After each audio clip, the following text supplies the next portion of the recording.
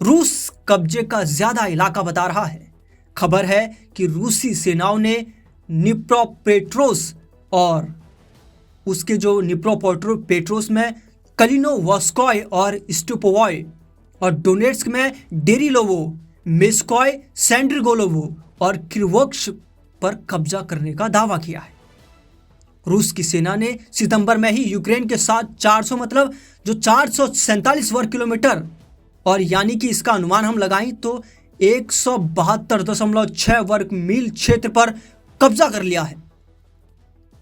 Ukraine के Chernihiv इलाके के क्षेत्रीय गवर्नर व्याचेस्लाव चौस ने कहा कि रूसी सेना ने 24 घंटे की अवधि में यूक्रेन के चेर्निहिव क्षेत्र पर 68 बार गोलीबारी की, जिससे भयानक नुकसान हुआ है।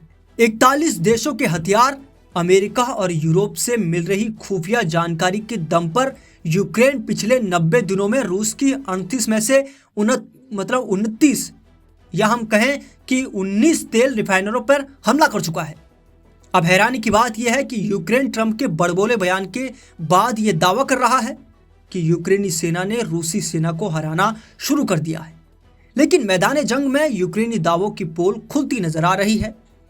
30 दिन में ही यूक्रेन के 447 वर्ग किलोमीटर इलाके पर रूसी सेना कब्जा कर चुकी है, जबकि दूसरी तरफ रूस के कब्जे वाले जापोरिजिया परमाणु संयंत्र पर हो रहे हमलों को लेकर पुतिन ने जेलेंस्की को भी खुली धमकी दी है कि अगर जापोरिजिया परमाणु संयंत्र में धमाका हुआ तो रूस अपने एक भी दुश्मन को नहीं छोड़ेगा।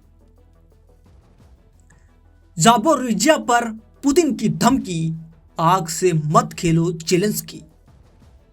रूसी राष्ट्रपति व्लादिमीर पुतिन ने यूक्रेन को चेतावनी दी है कि वो रूस के कब्जे वाले जापोरिजिया परमाणु संयंत्र के पास हमला करके एक खतरनाक खेल रहा है, जो सीधी धमकी दी है कि मॉस्को यूक्रेन द्वारा नियंत्रित परमाणु संयंत्रों पर जवाबी कार्रवाई कर सकता है।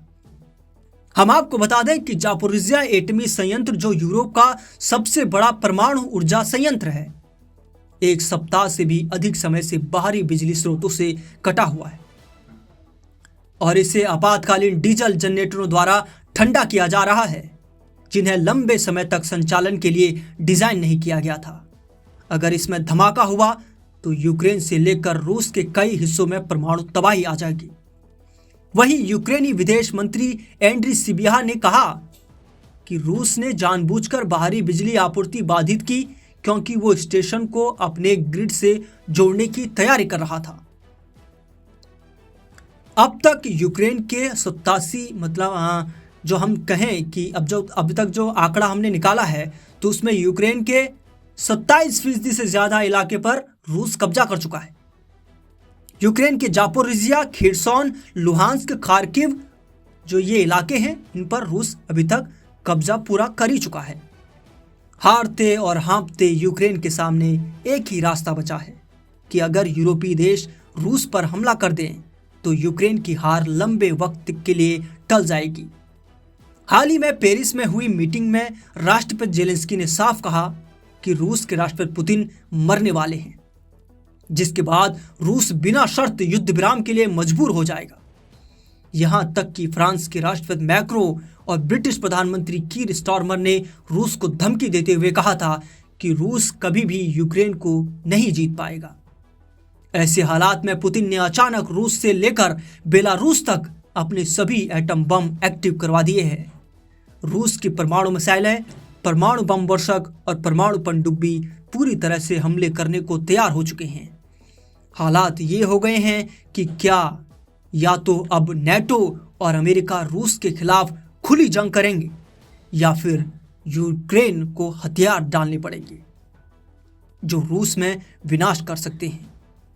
दोनों ही स्थिति में रूस अपने दुश्मनों को तबाह कर देगा, इसमें कोई शक नहीं रह गया है। अमेरिका यूक्रेन को टॉमहॉक्स दे सकता है तो यह तनाव और बढ़ा देगा। क्या टॉमहॉक्स हमें नुकसान पहुंचा सकते हैं? वे पहुंचा सकते हैं हम पर उन्हें मार गिराएंगे और अपनी वायु रक्षा प्रणालियों में सुधार करेंगे।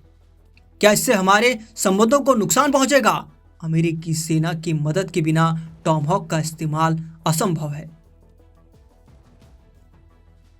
कागज का शेर रूस या नाटो, पुतिन ने उड़ाया नाटो का मजाक।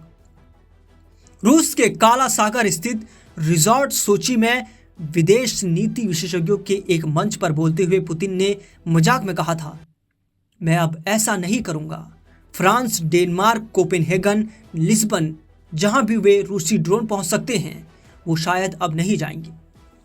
पुतिन ने दावा किया कि रूस यूक्रेन में नाटो गठबंधन से लड़ रहा है। वहीं इस दौरान पुतिन ने अमेरिकी राष्ट्रपति के उस बयान का भी मजाक उड़ाया जिसमें कहा गया कि रूस एक कागजी शेर है। पुतिन का दावा है कि ये देखते हुए हम पूरे नाटो समूह के साथ युद्ध में हैं और आगे बढ़ रहे हैं, आत्मविश्वास से भरे हुए हैं, और फिर भी हमें कागजी शेर कहा जा रहा है। तो फिर नाटो का क्या है?